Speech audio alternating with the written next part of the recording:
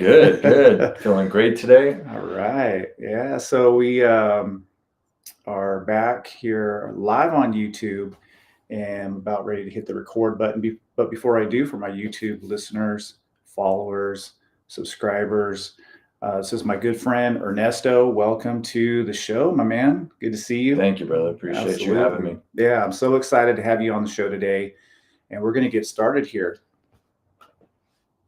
3, 2, 1. All right. Welcome back to the 7 Generation Podcast. This is Dr. B. I hope everyone is doing well out there. I'm drinking my coffee. It's a Wednesday morning. That's when we're recording this. And I do have a guest on the show, my man Ernesto. I just introduced him to my YouTube subscribers. But how you doing, my man? Good, good, man. Like we were talking about right now, I just got out of class this morning, 5 a.m. class, and had some good rolls in the sweatshop there, and it was good. We got after it. Yeah, it's hot out here in the Central Valley, and Ernesto's talking about jiu-jitsu, which is, one of the things I would love to talk with you about, because you started your jiu-jitsu journey a little over a year ago. Yeah, and you're a blue belt now, so I definitely want to talk about that. But man, I'm so excited to have you on the show. You've accomplished a lot in your life. I'm really interested in learning a little bit about you and where you come from and just some of the interests that you have. But I'm going to go ahead and just do a quick bio, just the things that I know. First of all, you're an outstanding human being. Let's just start there. Appreciate you. Like I said, you are a blue belt in jiu-jitsu, earned your blue belt a couple of months back. Super proud of you. That's it's a tough sport to involve yourself in. We can kind of get into that, and it shows a lot about your determination. But you're a college graduate from Fresno State University. That's right. Back in, is it 2006? 2000, man, I already forgot. 2007. 2007, yeah. And a degree in criminology. That's right. A degree in criminology. And I want to get into that because I thought that was interesting. And I also graduated from Fresno State as well, bachelor's degree, sociology, back in 97. So got you by a few years. Yeah. And then you have your master's degree in counseling. That's right, school counseling. And then you started teaching at Fresno City College in 2013. And you've been there ever since. You're full time. I have a really good memory. Yeah, because I can't even remember my stuff. Impressive. I researched you, my man. I researched you. I've been calling on all my informants. There you go. But yeah, no. So you've been at Fresno City for over a decade now. Yeah, it's coming up. So I started as an adjunct in 2013 with the Camino program, adjunct counselor, and then became full-time tenured faculty in 2016. So 2016. So you're approaching, this is your end of your 8th year as a full-time. That's right. Full-time, yeah. And it's a big difference between being full-time. Maybe you can explain, the difference between being an adjunct counselor and say somebody who has the full-time responsibilities. Yeah, so as an adjunct counselor, your sole responsibility is to just see students, meet with students, provide them with academic advising, refer them to resources in the campus and in the community at large. As a full-time counselor, you have that responsibility in addition to being assigned a program that you have to be the lead and coordinate for. So in my current capacity, I'm serving as the Pente lead counselor. Nice. And can you explain to us exactly what Pente is? Yeah, so Pente program is designed to help students transfer from the community college to the university, whether it be CSU, UC, or private. And so our target demographic is Latino students, just because there's a cultural component to the program. And so what we do is we provide our students with a counselor, myself, and 2 other adjuncts, an English instructor, and then we also provide them with a mentor. So we provide them with a community mentor, and we usually recruit them out in the high school. So their senior year, Fresno City College has a really good outreach and recruiting team, and so we follow them out to our local high schools and recruit students from. Man, it's amazing. So you're actually going out there and identifying students for the program and finding them a mentor, which I think is super important. I encourage all students when they come and see me, like, hey, find somebody that you trust, somebody that can guide you through the process. So huge. And so why do you think, having a program like Puente is so important? Well, I think for a lot of students, and including myself and, my wife, who I also met at Fresno City College as a student, and we became, we got to get into that. Yeah. We'll talk more about that, but she's also been a major inspiration in my life, but when I look at her circumstances as a college student and mine, a lot of first generation students don't really have role models who work in the professional setting. They may have role models who are exemplary people, but if you're trying to navigate college, as it's not an easy, there's a lot of obstacles, and the way colleges are set up, they're kind of set up like a maze. And even folks who have, parents who attended college, it's just hard to navigate. There's so many different things that are in place that just are really confusing to, new students. And so having a program like Puente and a mentor who can kind of guide you along, not only that, but when those obstacles do hit, whether it's a tough assignment, having somebody who can help navigate that emotional toll that you'll experience as a student, that's so huge, because there were plenty of times when, for example, I transferred to Fresno State, and I never forget, my first assignment was like human evolution, and it had to do with like something in the cell, in mitochondria. And I really contemplated quitting college after just transferring. And so I ran into my buddy, Andy, who owns Don Pepe's Taqueria. We got to go there one day. Shout out Andy. He's like, hey, it's all good, man. Just try out Google Books, And so I got on Google Books, did my research paper, knocked it out. Everything was downhill from there. It was, I did good. Man, and so that's a crazy story, and I remember my first day at Fresno State as well. And I remember the butterflies that I had. Man, I mean, I could remember it. It is like etched in my mind. Walking from the parking lot, I know exactly where I was parked, walking from the parking lot to my first class, having this feeling like I don't belong here. Totally. Wanting to walk back to my car. And leave. And this is after 2.5 years of community college. And I still didn't have that feeling that I belonged. Did you feel like when you were contemplating quitting, I thought about what life would be like without a degree. And I was working at a uniform company, and I thought, I don't want to be a driver. I did that. And I was like, man, that's hard work. So, that's actually why I went to college to begin with. I was working just some hard jobs, manual labor. Talk about your painting. Everything from, I did paint. That was one of my first jobs we were talking about earlier. I was a painter, and I enjoyed painting. Don't get me wrong. Painting was great. We did a lot of industrial painting, and I learned a lot about hard work, about developing a skill by all means. It was a great opportunity as a youngster, being able to, I made pretty good money too. I was working for, I'm trying to think of, it was Wicks Forest Industries. It was basically a logging company. And I don't even know if it was called Wicks. I think maybe Wicks had sold it. It's been literally 3 decades since I did this type of work.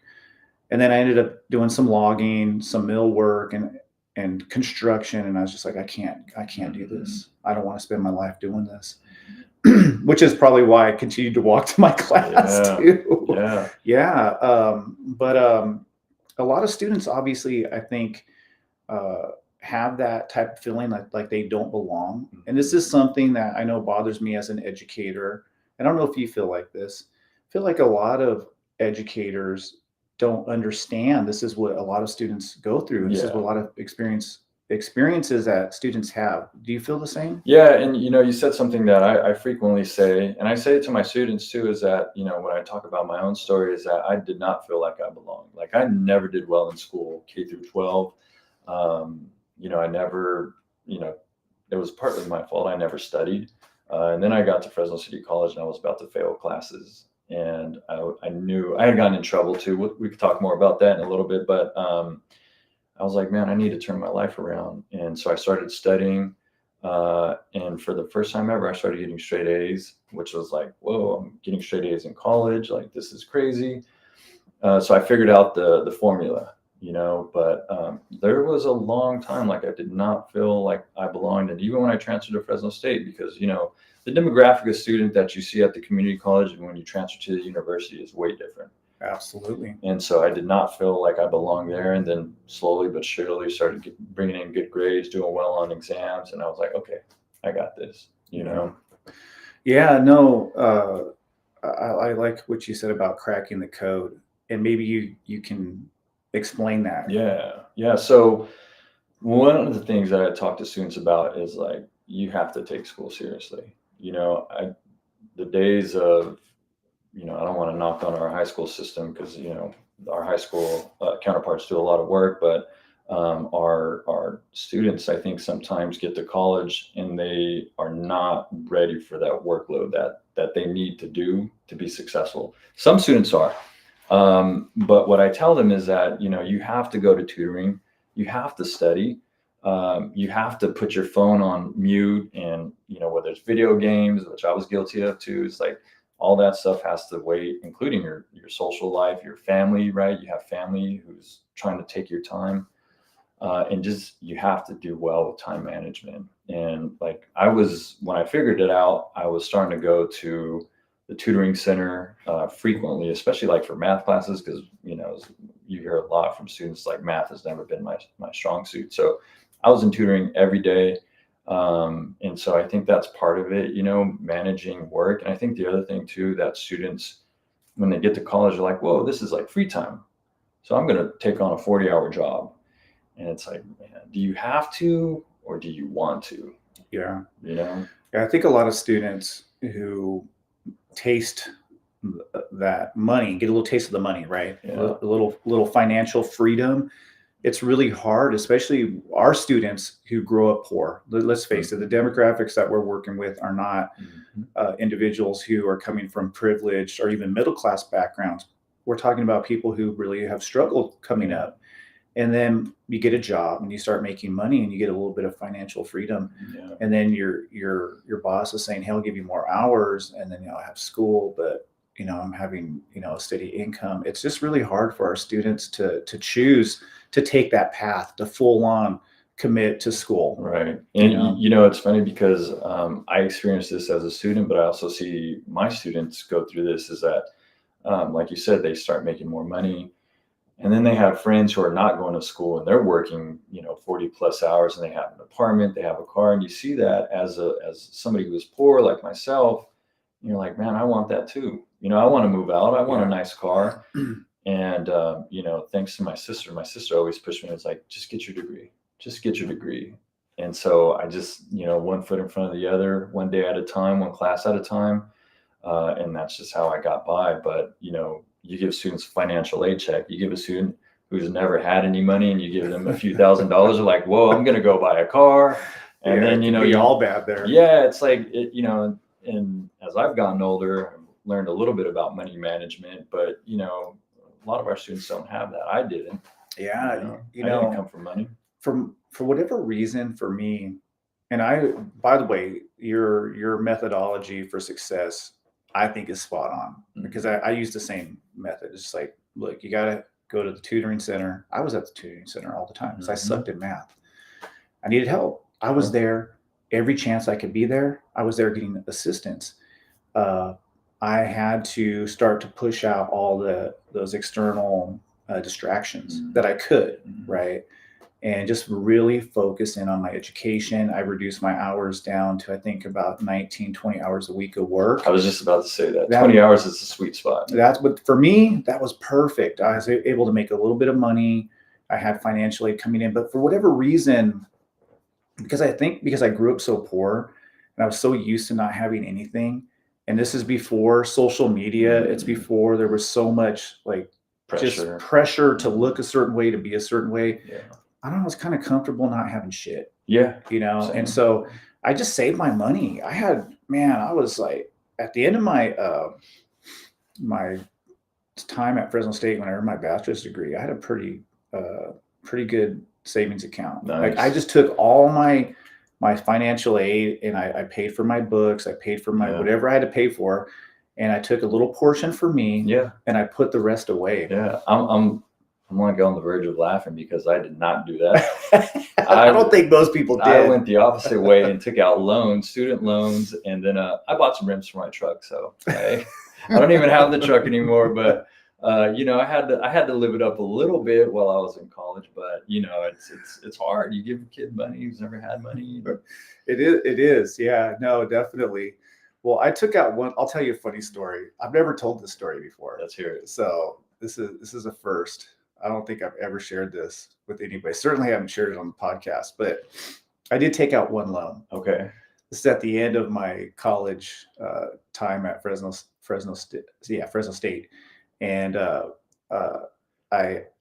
think it was a $3,000 loan, and I took it out not because I needed the money, Right. but to buy a wedding ring for my first marriage.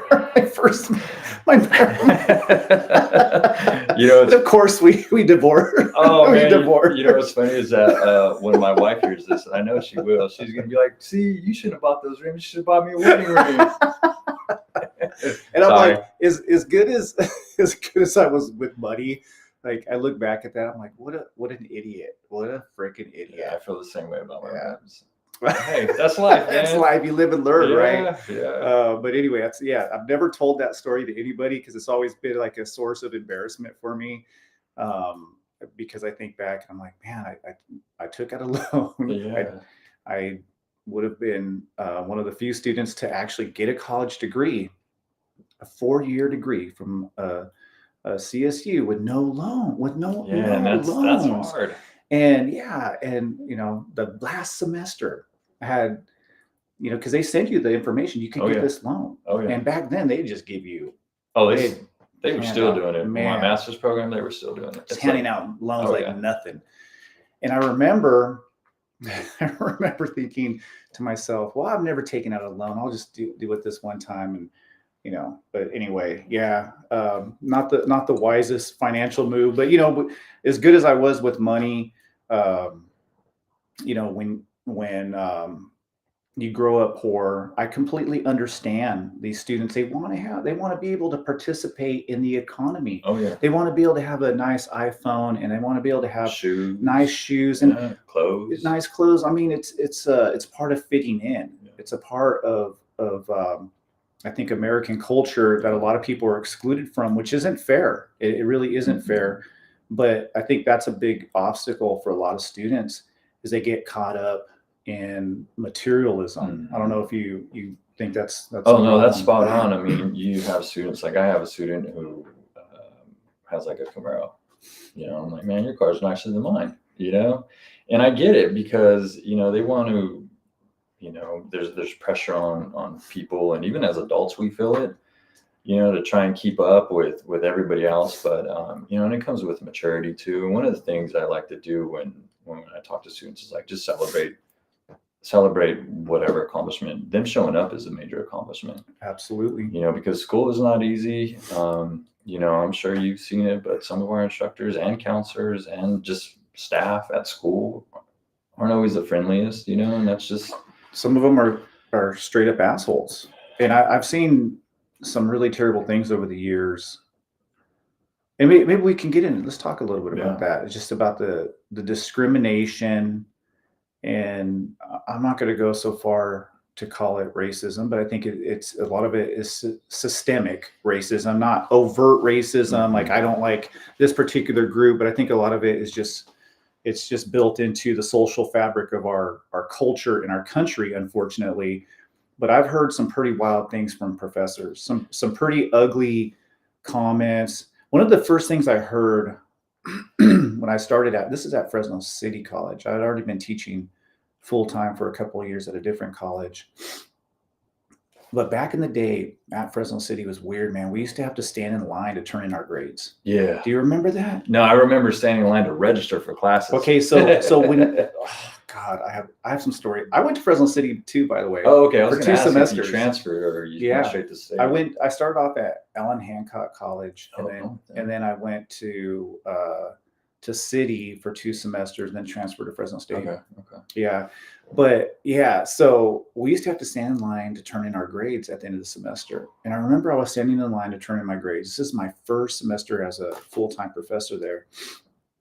And I can hear these two professors having a conversation about how their semester's gone, this and that and the other. And one professor is bragging about how many F's that he gave, and he's talking about how good it made him feel, and it really irked me. Mhm. And I thought to myself, like, I'm never going to be that kind of person. Right. And I always think about those kind of professors when I have students who have issues, and I think about, man, if I don't give them some kind of assistance or show some kind of compassion and some mercy for the difficulty that they have in life, who else is going to? Like, I wonder, like, if they're going to even get that from other professors. Yeah, I mean, I teach a class, and when I start seeing F's on my class, I start questioning what I'm doing wrong. And I go the opposite. I'm like, how many A's did I get? Yeah. Because I don't like seeing students with F's. If a student had an F, I know something's going on in their life. And I try and reach out to them. And unfortunately, the way our email and communication system is set up, it goes through email. But I mean, I've seen that too from instructors who, like when AB 705 came about, some of the stuff that I heard was just like, man, you really don't get your student demographic. Yeah, the student may not come to you as you would think to be ready, but it's our job to get them there. And that's why we work at the community college and Fresno City College, because as you mentioned, a lot of our students, main demographic is Hispanic students, Latino students. Yep. And unfortunately for a lot of us, including my mom, my mom raised me by herself. She came to this country from El Salvador. She didn't go to college, and so I didn't have that college going culture like in our community, but my mom always inculcated in me the importance of an education. But so I think that we have to celebrate the student just being there, right? And let's get them to the finish line. That's our job. Man, I love that. Man, thank you for saying that. That's, I think something that's lacking maybe at the community college level, and maybe even at the CSU level, UCs, whatever, is that kind of training. Maybe we need that kind of training. I think we get it.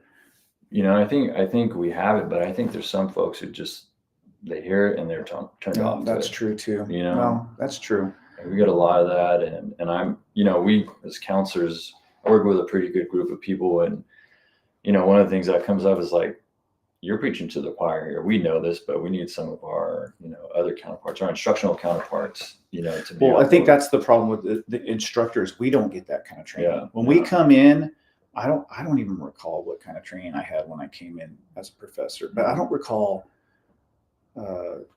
getting much of anything in the way like, hey, these are our demographics. These are the kind of students you're working with. And you have to understand there's a lot of social forces at work that are going to prevent them in some cases from making it to class, or going to make it really difficult for them. But I was a sociologist. I came in as sociology. I know that I teach this. I teach this. So I knew this stuff intuitively growing up, growing up with nothing. And then of course, studying sociology. But, some of these other colleagues of mine, unfortunately, I don't think they get the proper training about who they're working with. And I've heard some just outrageous shit from professors. I'm not going to say who, obviously. I'm going to name names, but they know who they are. And well, there's also shameful. There's also folks with our background who still feel that way. Who feel that they're going to teach the class and that's it. But if you work at a college or an institution, an educational institution in the inner city with poor folks, you better know what you're signing up for. Yeah. Yeah. I really get after people because I have a lot of friends. I wouldn't even call them friends, just people I know who love to talk shit about young people and love to talk a lot of crap about how students don't care, students don't this and that and the other, or they're lazy. Our students are lazy. And I think there is an element of that, but not my demographic that I'm working. These people are working hard just to make it. Right. Their families are working hard just to make it. And I think labeling them as lazy, that's falling into those old stereotypes that I grew up with. Yeah. That's what I was told. Oh, your people are lazy. Your Right. people Right. don't want to get ahead. You have all Right. the opportunities in the world, but you just won't take advantage of them. Well, I think also our students have a lot of pressure on them, whether it be pressure from family. You know, a lot of our students have responsibilities like picking up younger siblings from school. That's a huge one that I see often. Yeah. And the other thing is too, I don't know how you feel about this, but since the pandemic, I'm having more students disclose like traumatic events that have taken place. You know, death within the family. You know, COVID put a huge strain on our students, both financially and socially, and just the demand that it placed on them. I've had students whose parents died, whose spouses died. You know, and how can you? I shouldn't say how can you do well, but because there are students doing well, but it's like it's hard. Yeah. You know, school kind of takes a back burner when, you know, you think about how am I going to feed my kids? How am I going to feed myself? Where am I going to live? But again, if they're showing up, let's celebrate that. Man, you let's know? celebrate it, and let's not assume that they know anything. Let's not assume that they know how to take notes. I teach my students how to take notes. Yeah. I teach my students how to study. Yeah. You know, I tell them, hey, here's the formula. You want to be successful, not just in my class, but in other classes. This is what you have to do. Right. And I really try to break it down for them, because I liked how you put it earlier. It's like a maze, right? Mm-hmm. It's like these social institutions, you have to navigate through them, and there isn't necessarily a roadmap to that. Sometimes you have to figure it out for yourself. And it is very much like a maze. But once you figure it out, that formula, man, you could do almost anything. And I always tell my students that. I tell them, like, man, I believe in you. I don't care what your background is. I don't care what obstacles that you have to overcome. You can overcome them. Yeah. Even if you feel like, you know, things are falling apart around you. There's people who care. Oh yeah. People like yourself, Oh yeah. people like myself who want to see people rise above circumstances that are difficult. And when they do, man, I am so, like, whenever my students come to me and tell me, oh, I'm transferring, I always tell them, like, man, celebrate this moment. Yeah. Celebrate. I tell them to moment. go to the commencement ceremony. Absolutely. They're like, no, I didn't go. Neither did But I regret not going because, you know, that's a little push. It's like when you get a blue belt, Yeah. you know, or a stripe. It's like that little push that just, you know, just makes you feel better that you can make it to the next one. And, you know, one of the things you said is that formula that, you know, once you figure it out, I mean, it worked for me in my master's program. I don't know how it was in your doctorate program, but it worked. Yeah. Yeah. Same. It's the same. It's the same thing. You It's just work your ass off, and you put aside all the different things that you know are going to distract you. Yep. You keep those kind of, you know, away, and you just build up a barrier so that way you can be successful. Yeah, you insulate yourself. There you And, you know, one of the things I had to do, and this is huge for especially a lot of our men, but also our women too, is that I had to cut friends off. You know, there was a couple of friends that I knew were just going to drag me down. I was going to get in trouble. I mean, I actually did get in trouble. And that's, you know, I was a crim major, wanted to be in law enforcement, but I got busted with a little bit of weed. And so there goes my goal of being in law enforcement. And it was, you know, but I love the content. I love the topics, and I did well in it. So I just stuck with it. And you know, but just going back to what I was saying is just insulating yourself from all the BS that's going on in your life, you know. Yeah, you have to. I was fortunate to have a mom who was like, hey, you always have a place to stay. You don't need to worry about like paying for this and that. Like, my mom helped me as much as she could, and as poor as she was, she helped me. And, you know, as you know, my mom passed away, God rest her soul. But, you know, she was a major inspiration. And if it wasn't for her, I don't know how far I would have gone. And there's a lot of our students who don't have that. Wow. You know? Well, let's talk about your mom, where she comes from and how she got here. Yeah. So my mom came here from El Salvador in the 60s and got to San Francisco, married her first husband, had my sister, my half sister, and they came to Fresno. And then, you know, my mom worked cleaning houses her whole life. You know, she had some other jobs too, like she worked in a daycare, but my mom was very much very enterprising, you know. So she started she started cleaning houses, making her own money, and then on the weekends, like, we would go out to sell at the swap meet, So my mom was a hustler. And so, as you know, I'm a little bit of a hustler myself. And so Absolutely. I have some other ventures going on, but, my mom inspired me to always reach for more. Like my mom, loved this country because she escaped a civil war. The Civil War hadn't really happened in El Salvador just yet, but she could see that. That's why they left. Yeah. I mean, it was a rough time in that part of the Western Hemisphere. Yeah. Man, that's, you had the Civil War in El Salvador, Nicaragua. Central America. Central America was a rough place. Oh, yeah. Still is today. Actually, it's one of the safest places in the world. Oh, is it? Yeah, it went from being the murder capital of the world to probably being one of the safest places in the Western Hemisphere. Yeah, it's crazy. Have you been to El Salvador? I've been when I was in the 7th grade. Oh, wow. Yeah, it was a interesting experience. And coming back, it was just like, man, I'm so grateful for what we have here. And sure, there's a lot of stuff that, the history of this country was built off the back of people of color. I understand that, but I'm also so grateful for the opportunity that I've had here. Absolutely. Yeah, no, I'm glad you brought that up, because that's something that I tell people all the time, because I feel like we do have opportunities here. However difficult it is for some demographics, there's still opportunities there. Oh, yeah. And I know that it isn't fair across the board by all means. And I always encourage people that, yes, learn about the inequality, learn about the social forces at work that are preventing people from being able to make their way to middle class or to a better life, to prosperity, whatever it is you want to call it, financial success. Learn about the history, but also realize too that there are opportunities out there that you could take advantage of. For sure. And if you want to improve your situation, you have to seize those opportunities. You have to do it yourself. And I mean, I would say I'm an anomaly, coming from a single parent household in the hood. You can go down there today and there's, Yeah. So let's talk more about that. So your mom moved to Fresno. Mm-hmm. What part of Fresno did you guys live in? We lived in East Central Fresno off, I guess, First and Olive. Okay. So that's kind of the general area. Yeah. By Yosemite Middle School. And so, excuse me, there was a lot of, gangs, and I remember waking up to drive-by shootings and neighbors. There were some crazy gangs across the street, and they were shooting up that place like every other day.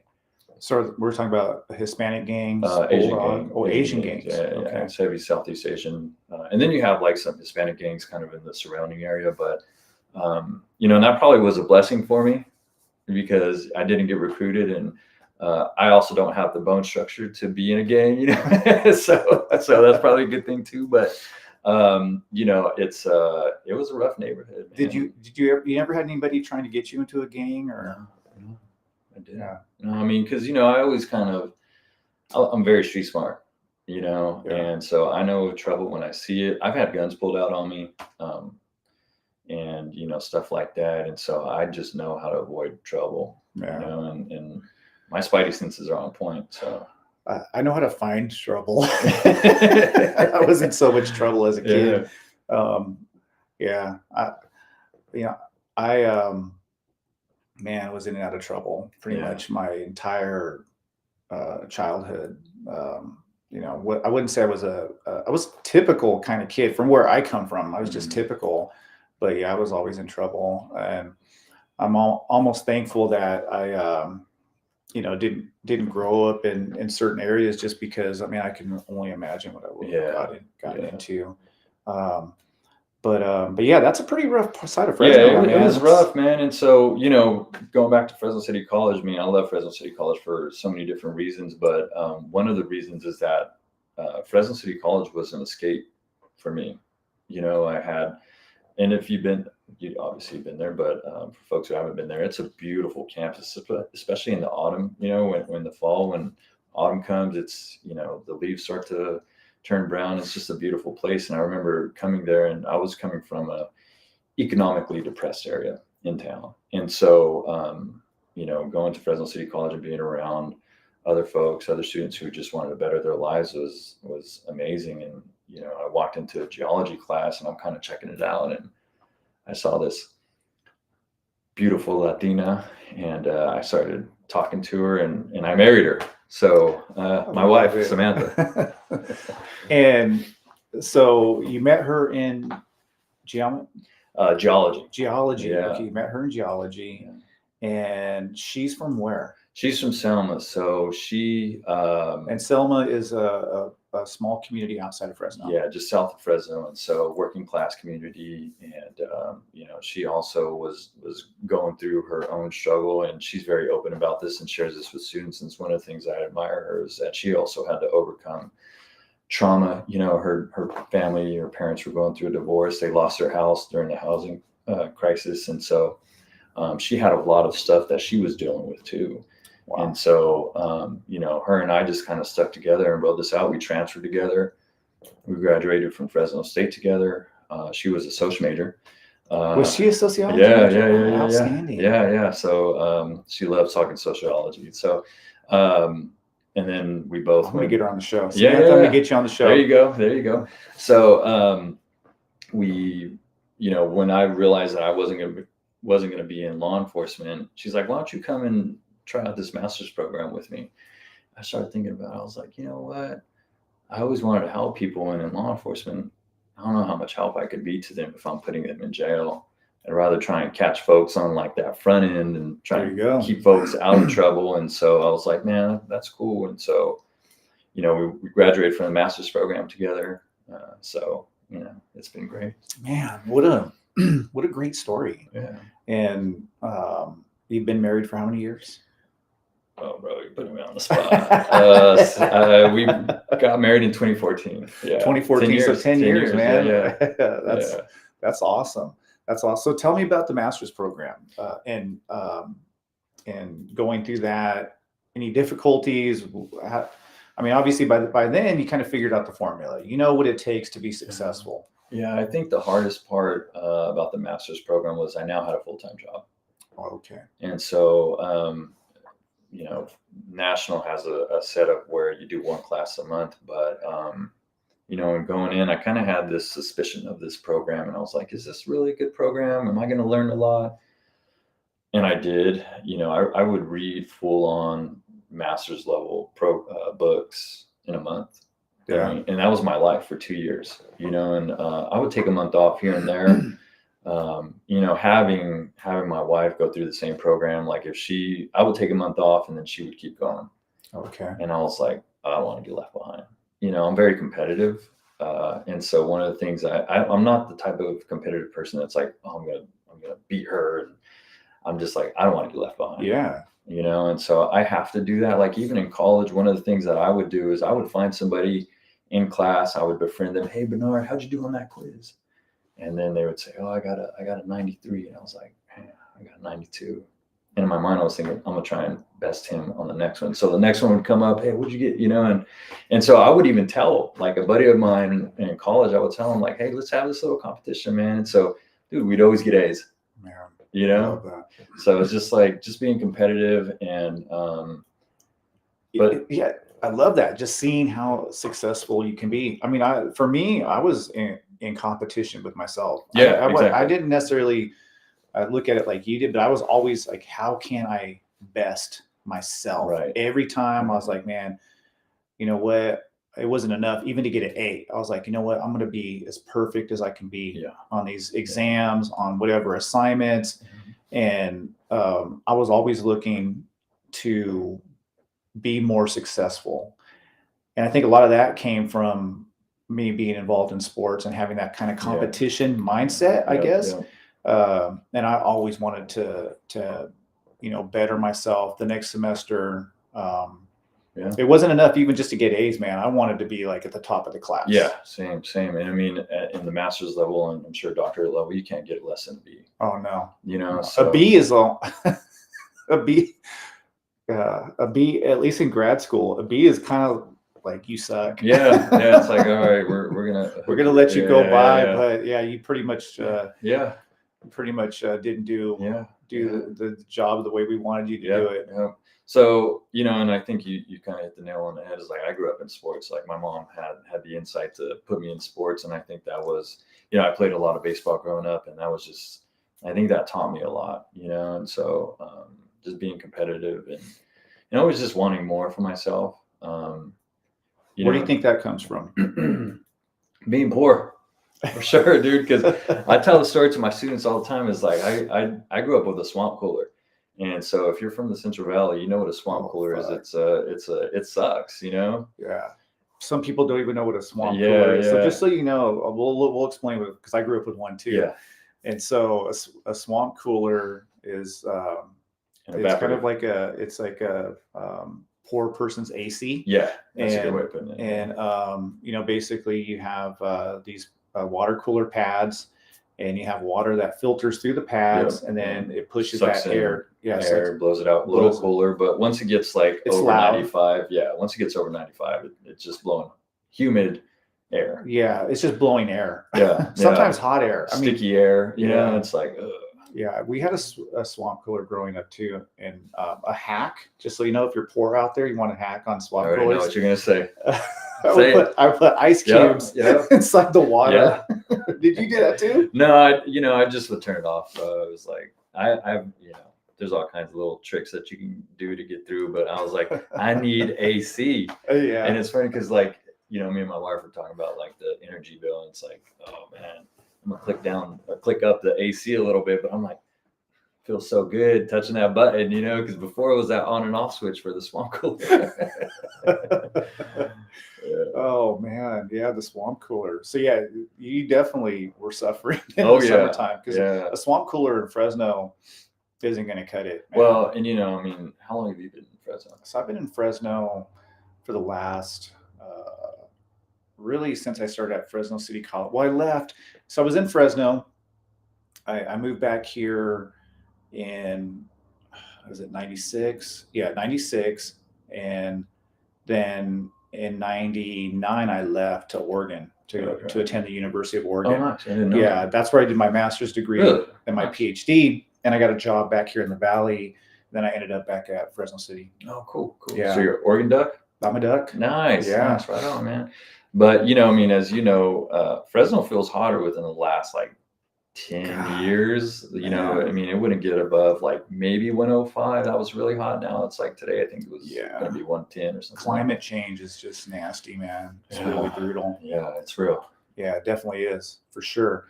So you end up at Fresno City, you marry your college sweetheart. Yeah. You go through the master's degree together. And then tell us about how you got the job over at City. So, as you know, when you're in a master's program, you have to do an internship, and they're like, hey, you're on your own. So I thought, I love Fresno City College. Let me just go and approach the dean. And at the time, Dr. Mark Sanchez was there. And I just walked in and I was like, hey, I need an internship. He's like, yeah, we'll get one going here in a little bit. And he's like, well, we'll help you. So I was like, cool, I got one going. And then they got a program going. He brought me on, and he saw potential in me. And I think more importantly, he just wanted to help people in the community. And he saw a young Latino who was just trying to make it. And he got me an adjunct position and kept me around, and always was willing to write letters of recommendation for me. And so because of him, I am where I am now. And if it wasn't for folks like him, I don't know what I'd be doing. But I did my internship, started an adjunct position in 2013 in the Career Center, did that for a couple of years, then did the Camino program, which is very similar to Pente, and helping Latino students transfer. And then I did the Central Valley Promise program, and then after that had ended, I was an athletics counselor for Fresno City College, and amazing.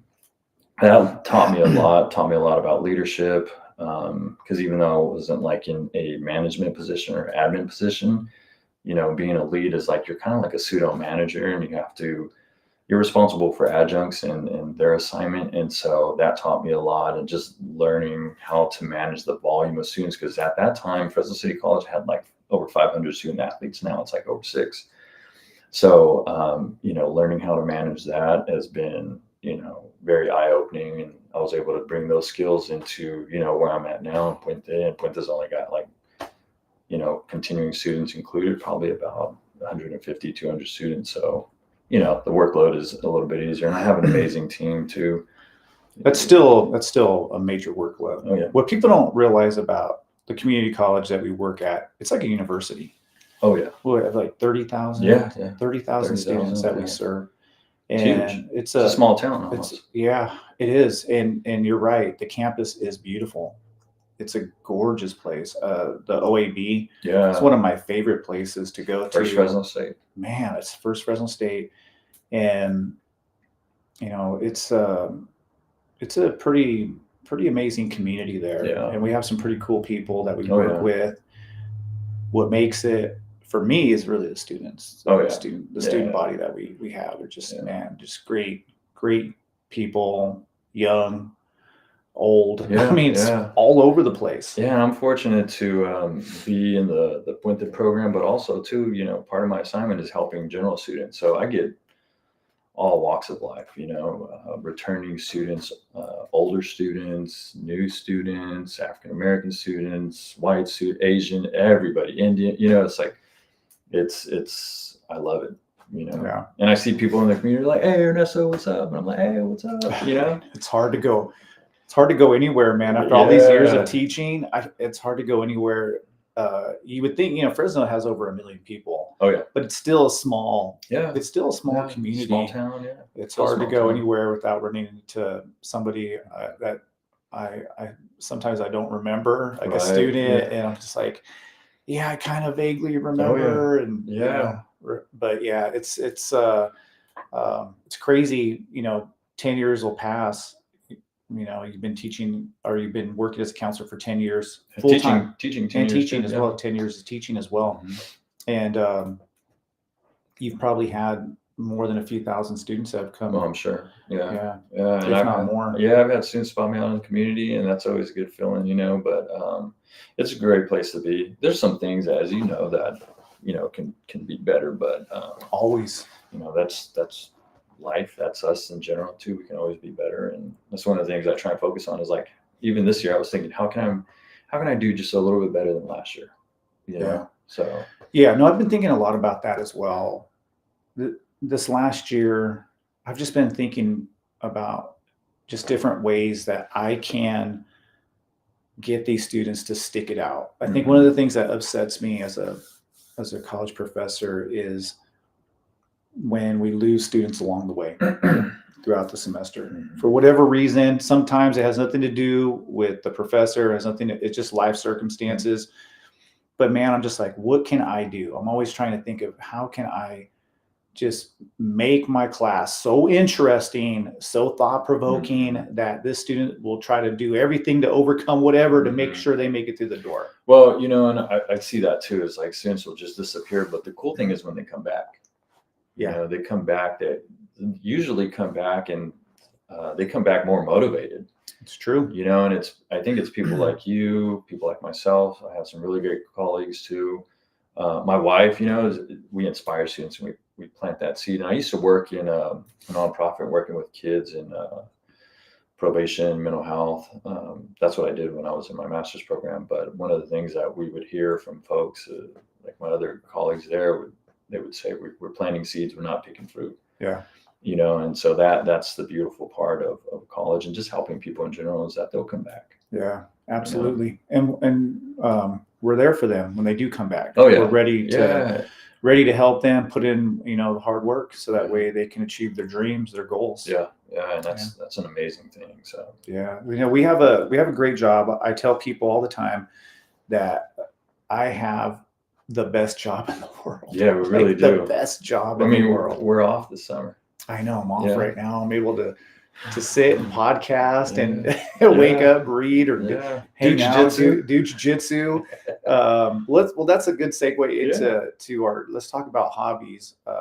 You have a lot of hobbies, man. I do, you play golf. You like to mountain bike. Yeah, a little bit. And then you picked up jiu-jitsu. So I want to talk about jiu-jitsu first. Yeah. How did you get it? Why did you want to get into jiu-jitsu?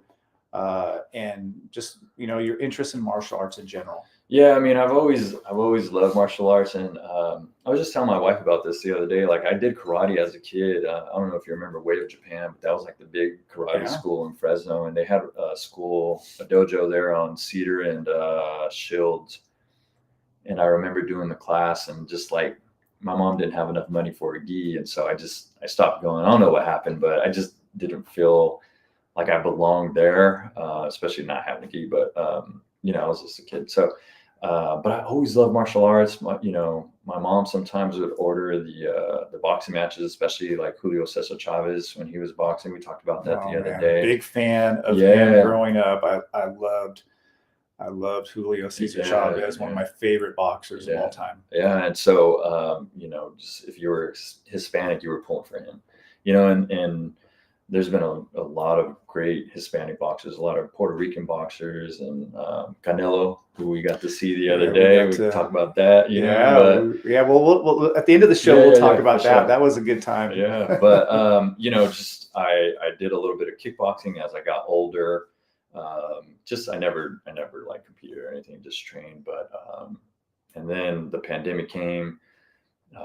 And so I remember messaging you on Instagram, like, yo, what's up? You still got the jiu-jitsu school? And, I have a son who had heart surgery at 2 months. And I remember asking you, like, hey, what are the precautions you guys are taking? And your response is you weren't trying to be rude, but I thought it was funny. It was like, well, it's jiu-jitsu. And I'm like, oh, yeah, he's right. It's like you're literally sometimes, you're sweating on people. I know I have sweat on people. I get sweat in my face, Oh, God. Jiu-jitsu could be gross. Yeah, it's a little gross, and so, but I listen to a lot of Joe Rogan, and he always talks about jiu-jitsu. And I'm like, man, what is jiu-jitsu? And so I started learning about it, and there was a couple instances. I don't think I've told you this story, but there was a couple instances, probably kicking back too many drinks, and I start wrestling with like my brother-in-law. He's a big guy, and he's just toying with me. And I was like, man, I need to learn something. And then one Thanksgiving or Christmas, my nephew, who he tells me that he's done a couple classes of jiu-jitsu, and he was just working me. And he's smaller than me. He was just working me in front of everybody. And I was like, oh, hell no, like I got to do something about this. And so I was like, you know what, I'm going to try this jiu-jitsu. And somebody, I can't remember who, but somebody in school said, you should talk to Bernard. And I was like, really? And I was like, all right. So and then that's kind of how I started. It planted the seed to do it. And I remember going to check out your spot over there in the industrial park. Oh God, yeah. Yeah, and old school, man. Yeah, and I forget, Jake was there with somebody else, and Jake's like, yeah, you come check it out. He's like, I wouldn't buy a gi though. And I was like, all right, I'm gonna buy a gi. So I bought a gi, and like the rest is history, and been going. I think I started in November of 22. Okay, so man, you're coming up on 2 years. Yeah, I think so. Man, 2 years is November will be here before you know it. Yeah. Oh yeah. And well, talk to us about your white belt journey. What was it like? Like, okay, having zero experience. Mm-hmm. Did you have any wrestling at all? No. So no wrestling, no grappling experience. Walking through the door as a not old grappler, but older grappler. Yeah, older grappler. For sure. So what's that like? It was rough. I mean, there was a lot of days where I was like, I don't know if I'm cut out for this, and I learned a lot of lessons the hard way. I've had a couple injuries here and there, like tweaked my ankle one time doing takedowns, and that was kind of my fault because I should have just like gone with the flow. But just being stubborn and I guess a little bit of ego gets in there. You think you could out-muscle something, and now I learned that lesson the hard way. But and I do the 5 a.m. class. I don't do a lot of evening classes just because of my other obligations, family, work, and whatnot. So I'm not able to make it to a whole lot of evening classes, but that 5 a.m. class isn't for everybody, especially like when I try and do a Monday, Wednesday. There was times where I would do a Monday, Wednesday, Friday. I still occasionally do that if I'm feeling good. But by Friday afternoon, I start like having those yawns. I'm talking to people mid-sentence. I get a yawn. I'm just like, I'm so sorry. Or I'll like be talking and then like a thought leaves my mind. And I was like, I need to get some sleep. God, I need to catch up on some sleep. I know what that's like. I'm only laughing because I know. Yeah. And it never goes away, by the way. Oh. It never goes away. I'm not a coffee drinker. Okay. So it's like I just rough it out. Bro, Yeah. coffee will change your life. I know. But You don't do any caffeine at all? I do like a Coca-Cola here and there, but I try and chill on the sugar, Okay. because I pay the price for that later. I feel it in class, but I've learned a lot about just my body, learned how to recover. Sleep is huge. Eat right. I notice that when I have a lot of like sweet foods, I love ice cream. I feel a lot more like the inflammation goes up in my body.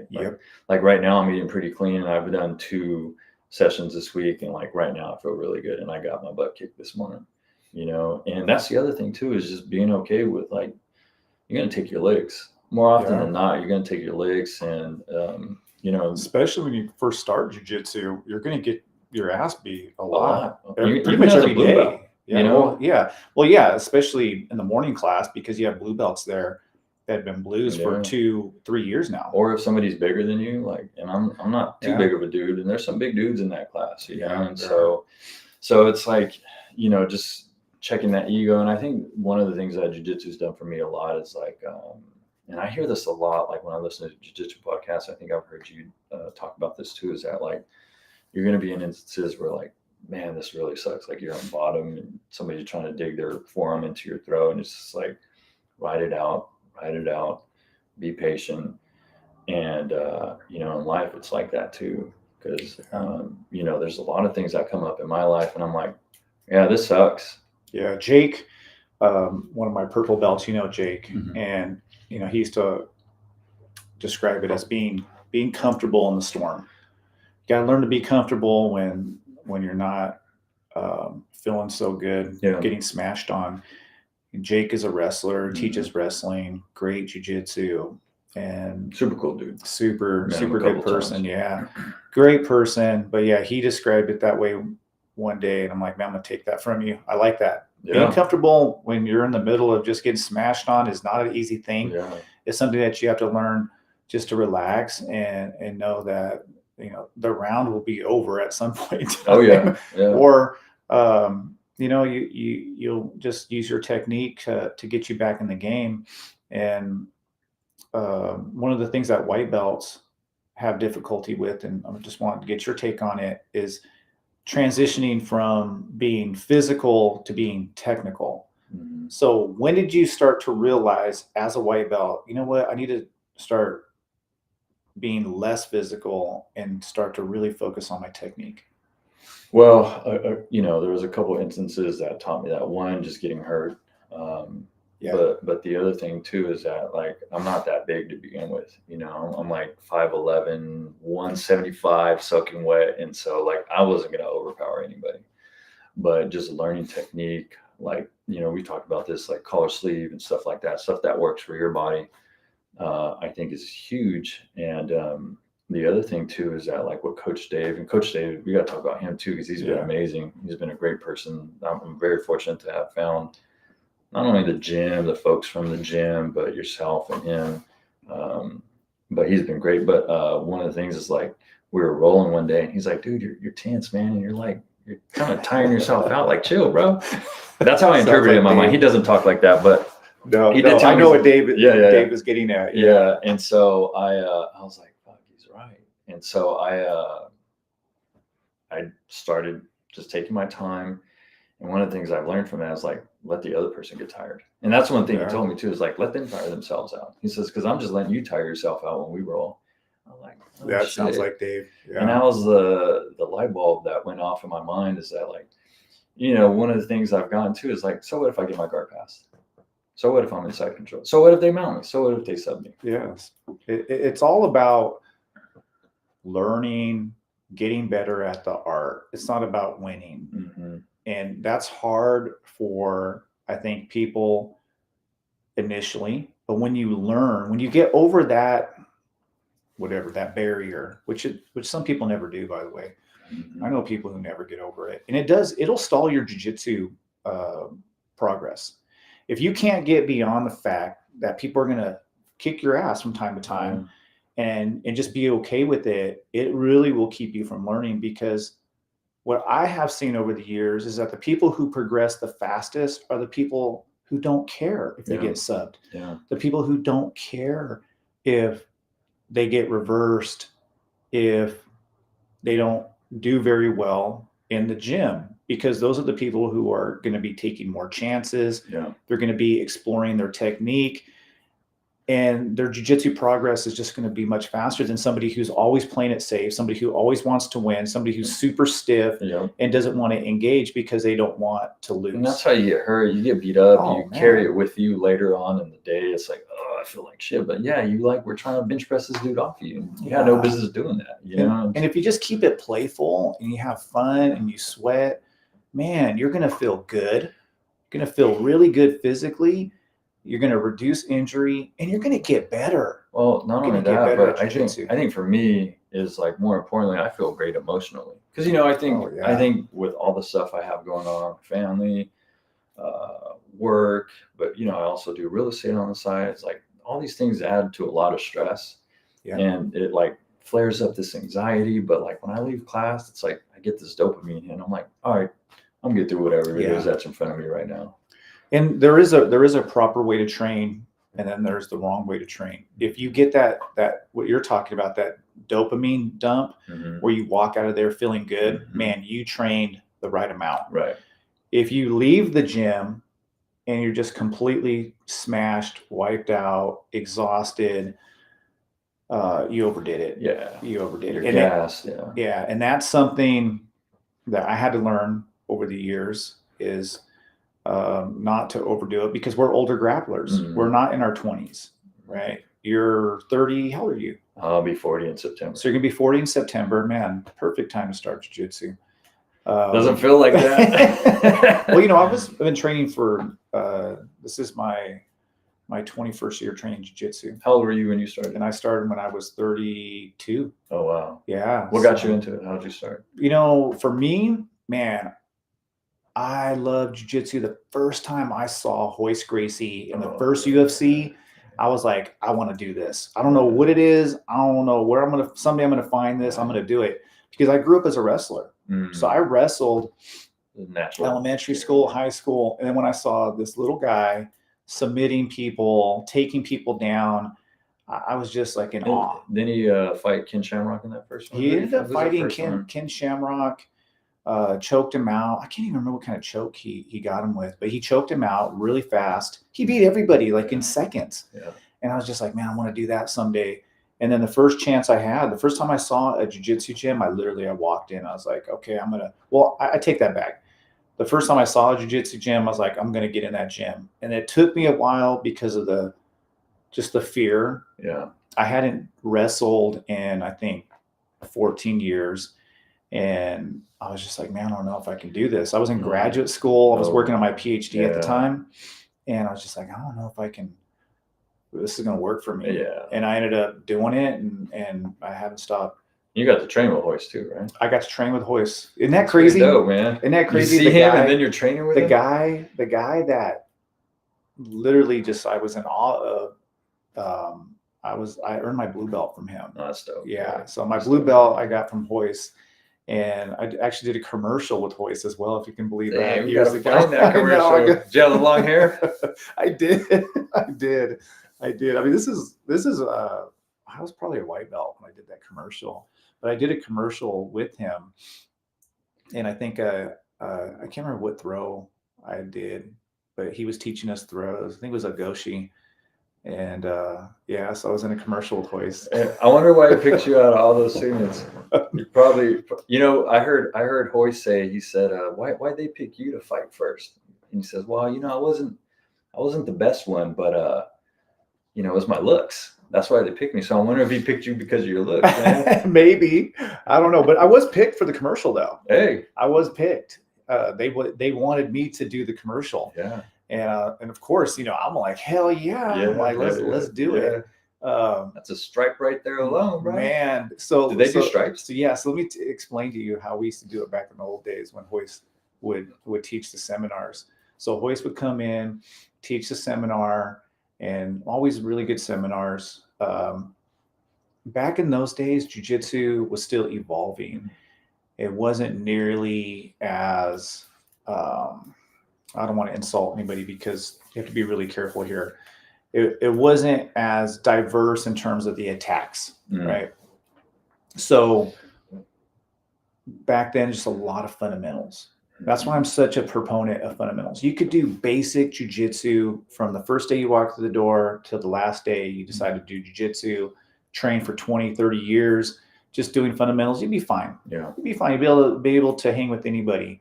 So we focused a lot on fundamentals. But when it came to the sparring portion, we used to just kill each other, man. Like it was war. It was war. Dave and I, we laugh and we joke about it because he was right there with me going to war. We would just try to kill each other because that's how you got stripes. Yeah. You basically had to do well during sparring, and he would be watching you. He would come to you like, who tapped out who? Dang, that's pressure right there. Yeah, a lot of pressure. So Dave and I would joke around. We'd be like, yeah, we would shake hands with our friends, be like, sorry, I got to do this to you. Yeah. But we'll fuck you up right now. Yeah, you got to go at it. Yeah. But yeah, so and I didn't know any better. I just thought that was normal. And, of course, I would never do that to my students nowadays. I have a completely different philosophy than what I was raised up in. But it was the dark ages, man. And we used to just, we could go after it. And it was so much fun. I loved it. I thought to myself, back when I first started, it's like, man, I don't know. I don't think I'll ever become a black belt, but I'm going to do this as long as I can do it. Yeah. It was never a goal to become a black belt. I just loved jiu-jitsu. I just enjoyed training. And it was just something that, like you said, it just gave me so much joy. And it was such a de-stressor, that dopamine boost, whatever that was. I would come out of training. I never found that anywhere else. Right.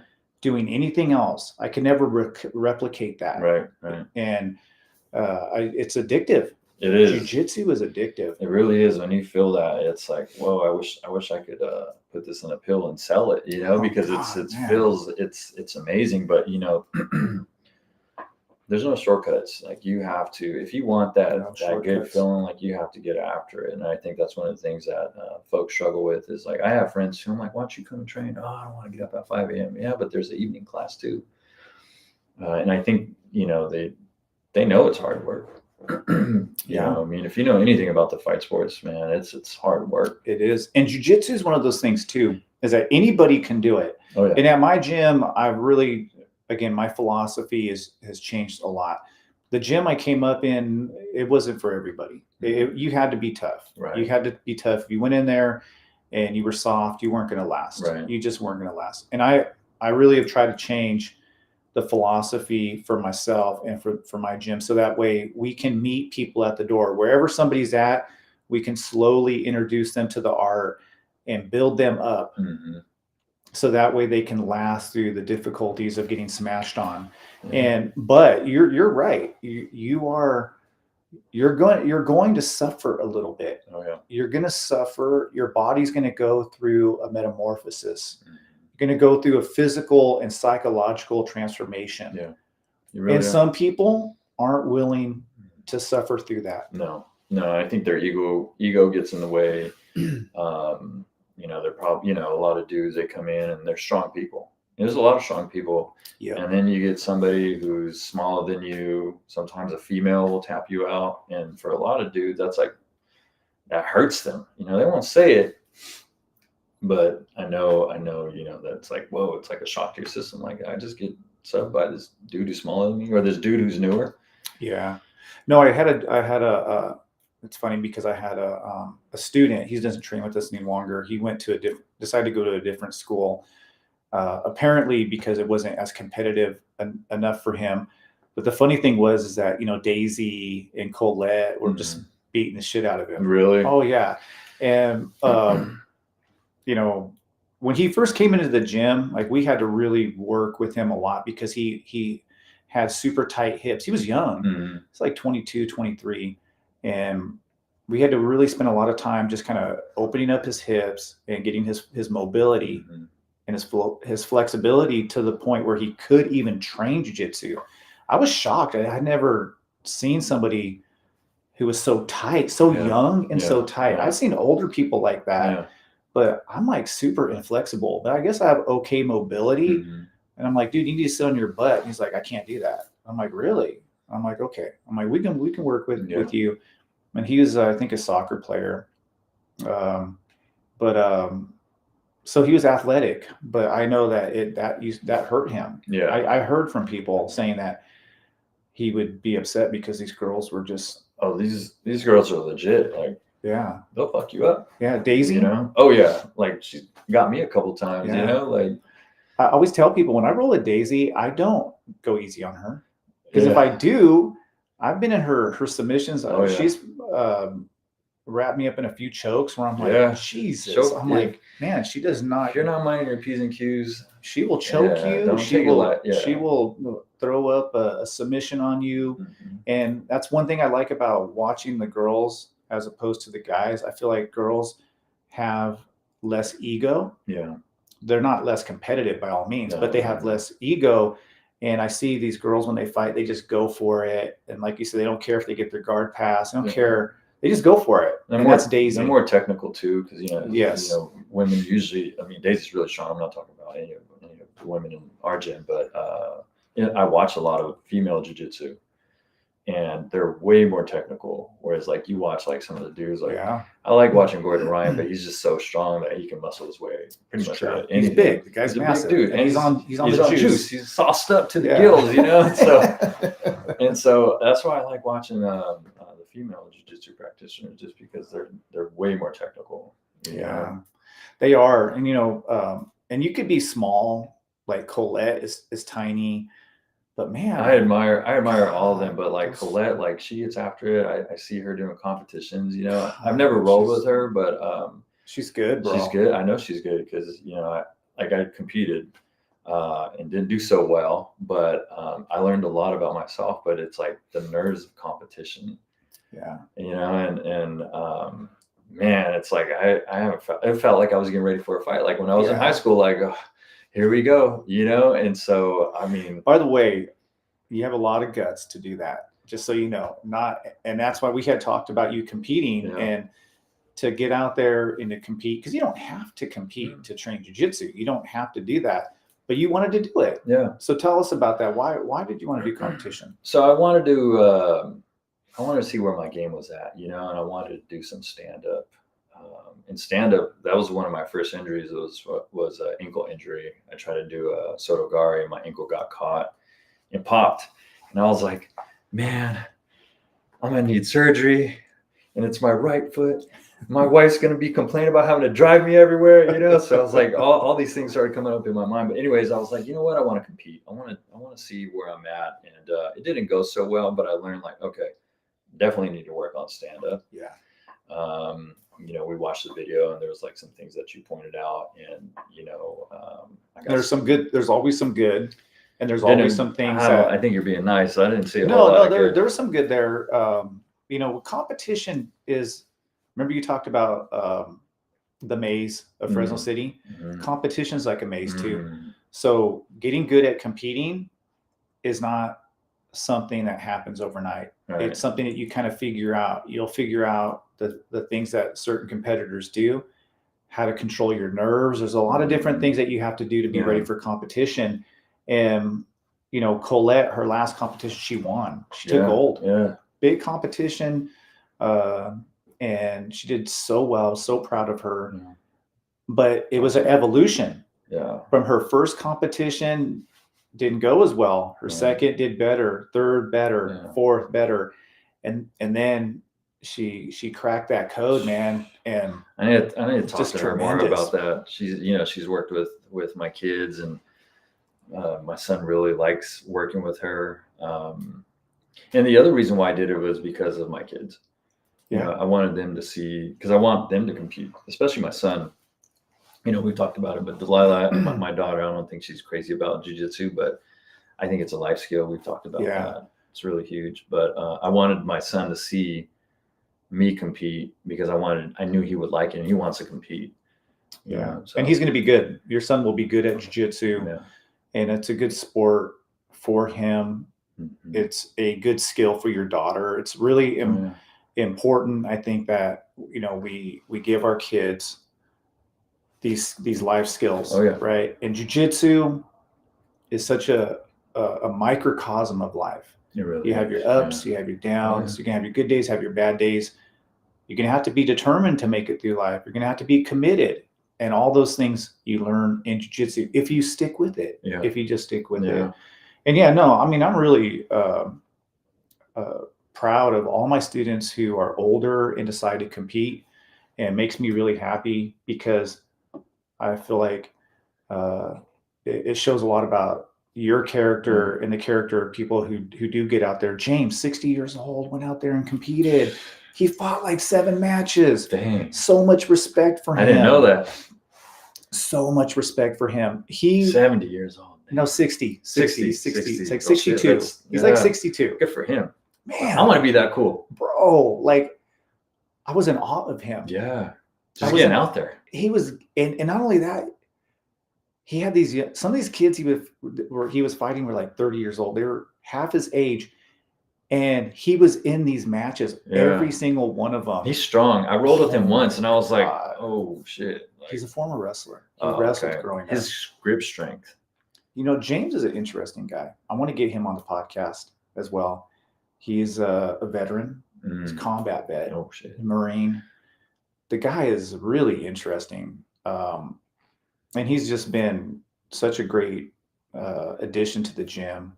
But an inspiration, man. That guy's a fucking inspiration. I wonder how he does it, because I want to keep after it. I want to keep doing it till I can't.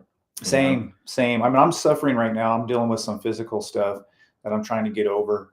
But yeah, James inspires me to want to continue to go as far as I can go. And I'm like thinking, if this 62-year-old man can get out there and compete. I know he has aches and pains too. Oh, he's got injuries from the war.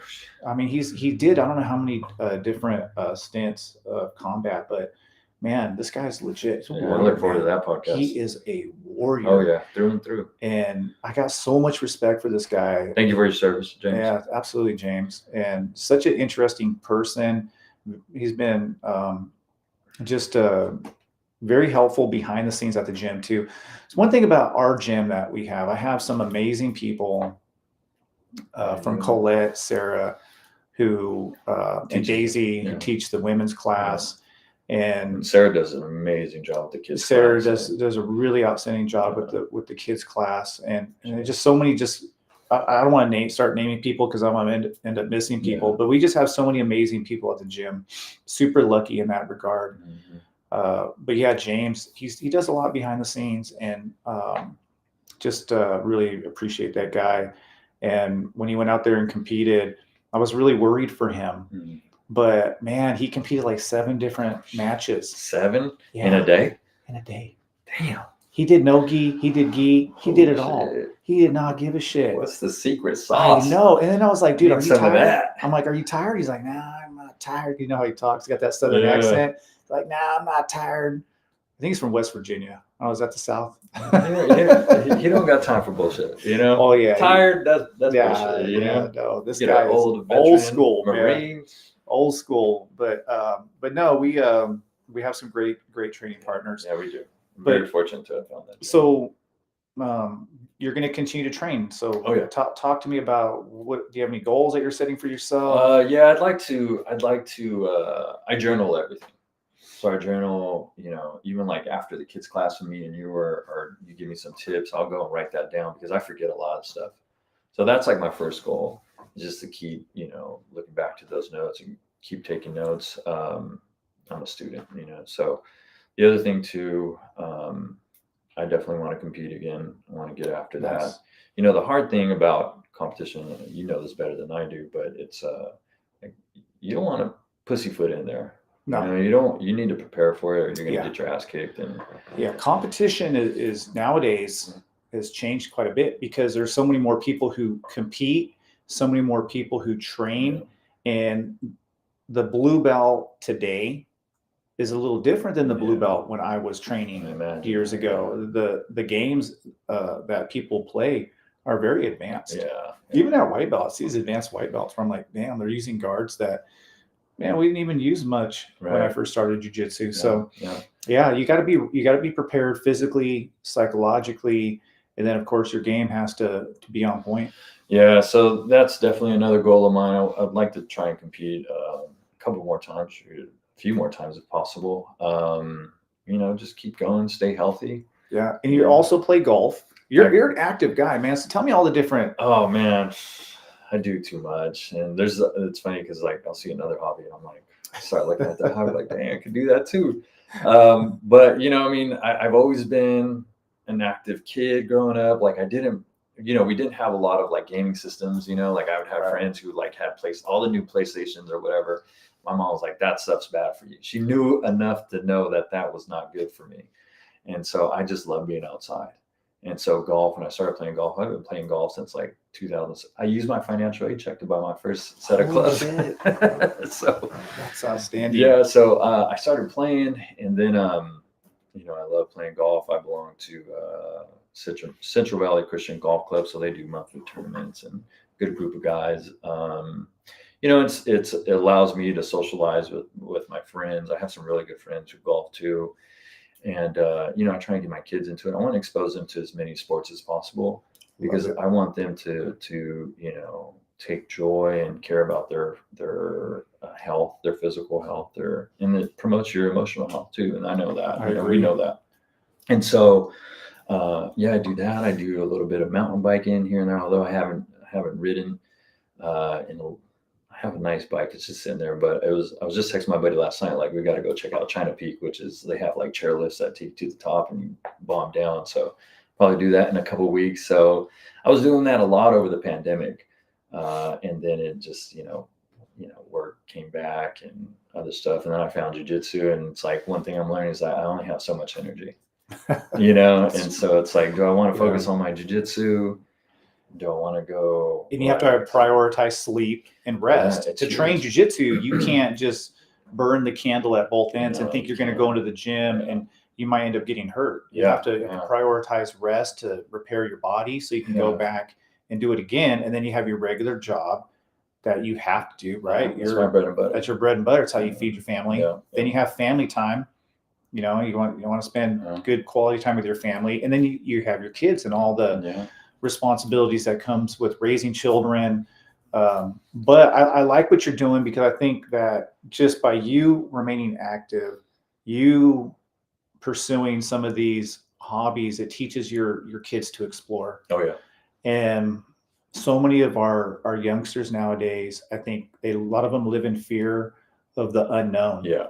And because they're not exposed to a lot. Right. But your kids are being exposed to so many different activities, man. They're not going to be afraid of shit. Bro. Yeah. I mean, like that's one thing. It's like, even, one thing we know is that, jiu-jitsu is a life skill. It's like swimming. I look at it as like, you got to teach your kid to swim because God forbid they fall in the pool. You want them to be able to save themselves. Same thing with jiu-jitsu. I mean, we've all been bullied. I've been bullied.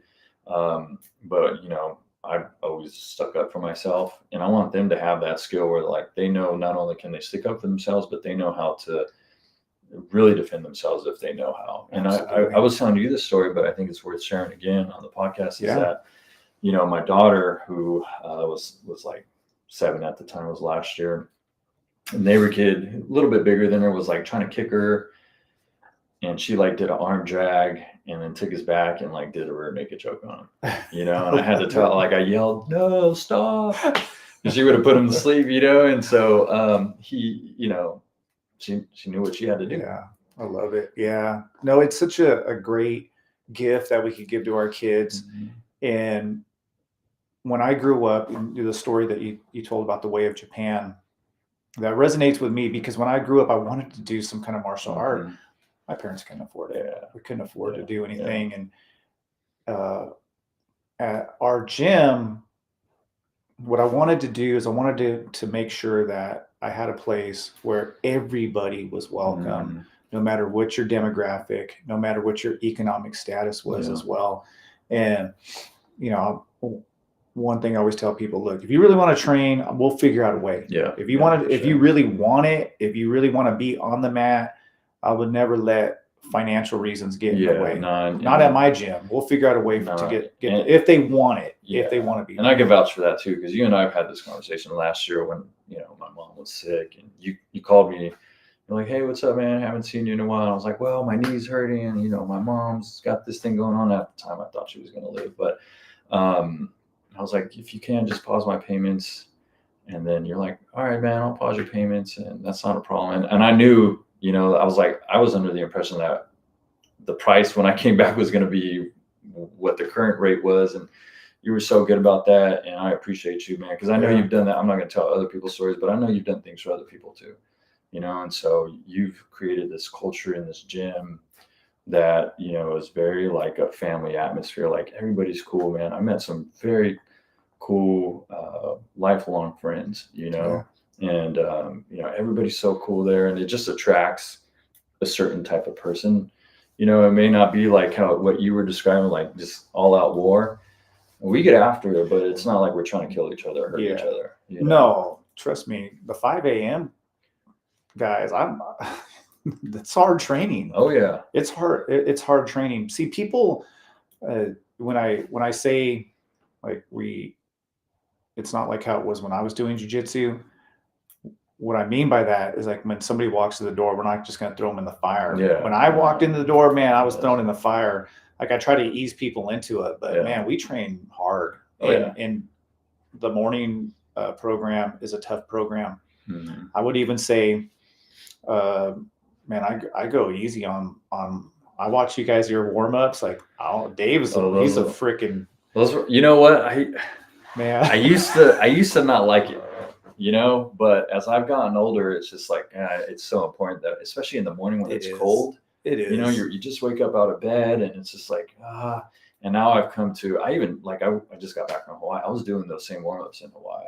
I was just doing the routine because I was like, man, this is just good for my body. Dave has awesome warm-ups, man. 30 minutes you guys are sitting there just getting your mobility, working your jiu-jitsu movements. Yeah. Man, I'm just really impressed with what he does with the program. Yeah. And I think it's incredibly valuable. I make my students, we won't make anybody do anything, but we do, probably like, 10-minute warm up in the evening class. Mm-hmm. And I've noticed over the years, I've dialed it back more. Really? And more. Yeah. I've asked myself, I'm like, why have I done that? Yeah.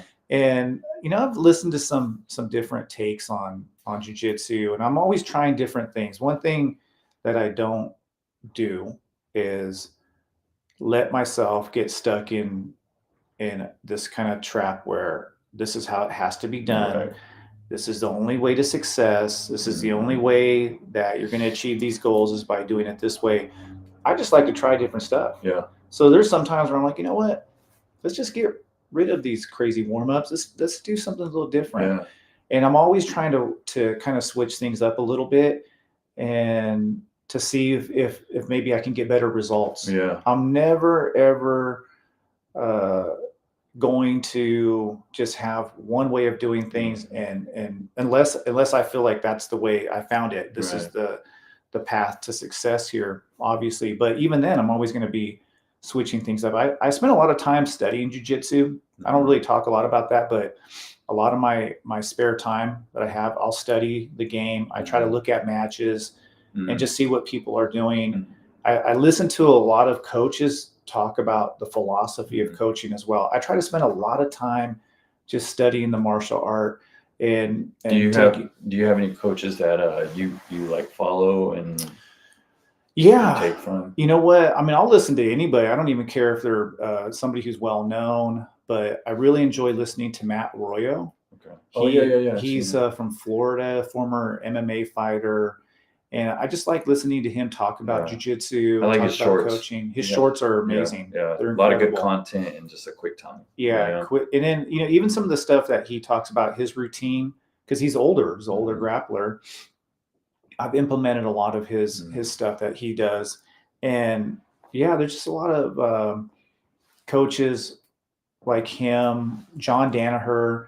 I don't agree with everything that he has to say, but he's obviously super smart dude. a super smart person. And, I feel like to ignore his knowledge, his philosophy would be absurd. So I'm not a super fan of Gordon Ryan. I'm not a super fan of Danaher, but I have a lot of respect for him and what he's brought to jiu-jitsu. So I do listen to him talk about jiu-jitsu and about teaching.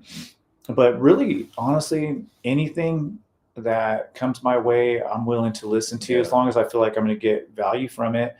And even like with Dave and I, we talk about jiu-jitsu as well.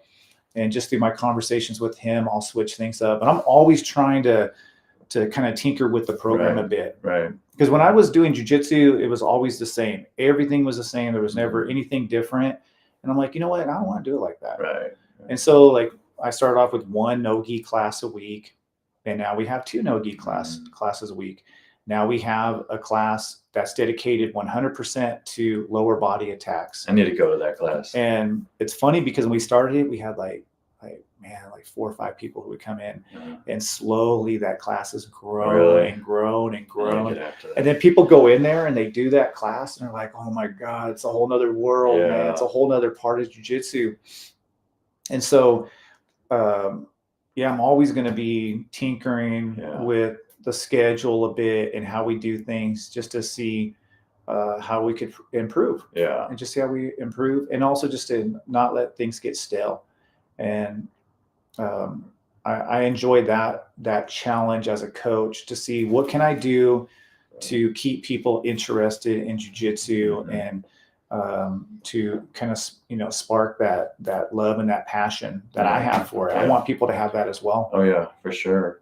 I was going to ask you, I know we talked a little bit about this, but what do you expect from like what should a blue belt be working on to get to the next level? Yeah. So Dave and I, we had talked about doing a podcast, and hopefully Dave and I can sit down. We can talk about exactly what we feel a practitioner should work on when they get their blue belt and that road to a purple. But to me, I feel like the blue belt journey it's a special one because it's a chance for the student really just to develop that intense love for jiu-jitsu. And I know that sounds weird to somebody, but you have to love jiu-jitsu when you're a blue belt to stick it out. At least for me at my gym, because you're not going to get your purple belt in a year, 2 years, 3 years. It's going to take time. It's going to take time, because for me, a purple belt is an advanced belt.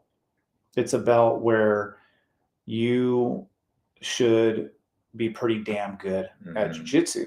Now, don't get me wrong. There's blue belts that will wreck black belts nowadays, because you have blue belts that started training when they were 5.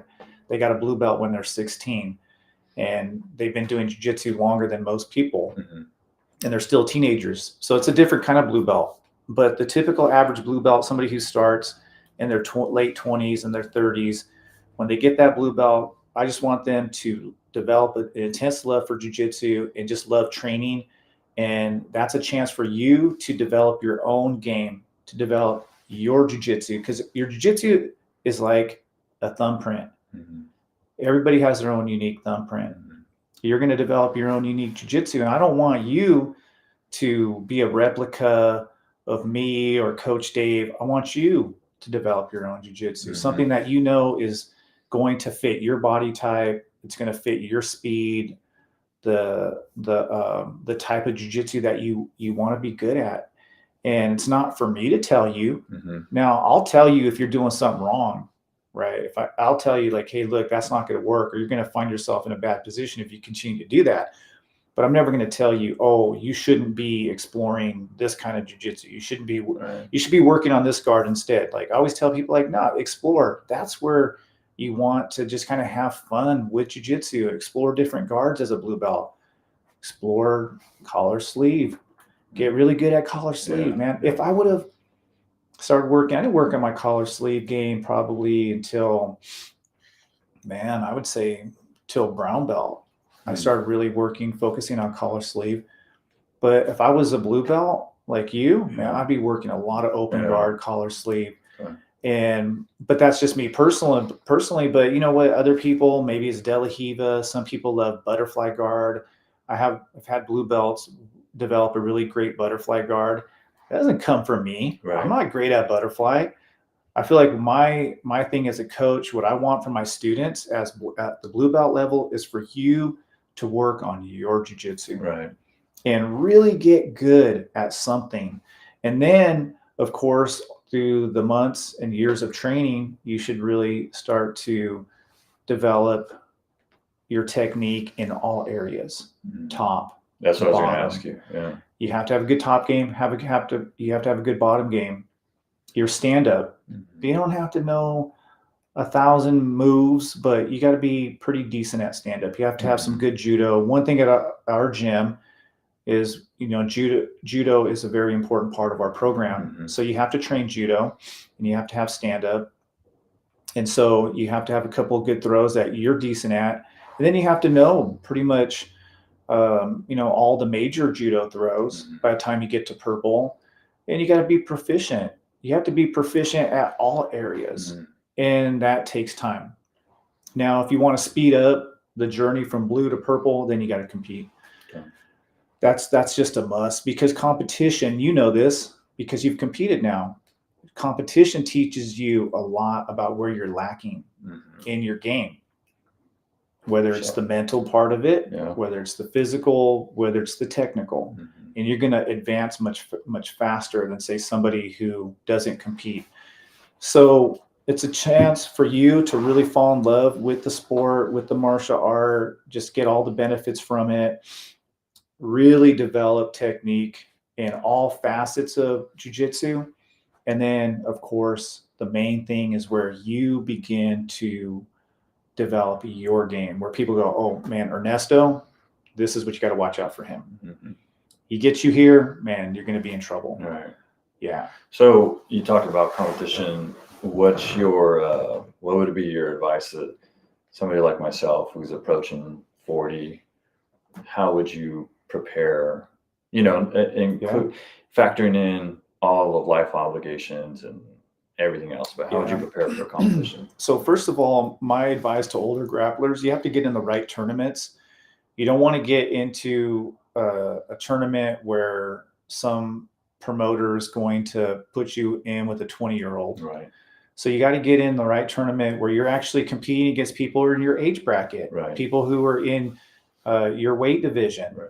And a lot of these smaller tournaments, don't get me wrong, they're good to get competition, deal with your competition jitters, and just to get mat time with somebody who isn't from your gym in a setting that's a little bit stressful. That's a good thing. But for older grapplers, I always say, get into a good tournament to where you're competing against people in your age bracket, weight division, and also your belt level. Yeah. And so if you that's number one, get into the right tournament. Right. Because then when you go against somebody, you have a good chance of doing well. Yeah, I got bumped up into the next weight bracket. Yeah. I mean, these guys weren't that much bigger than me.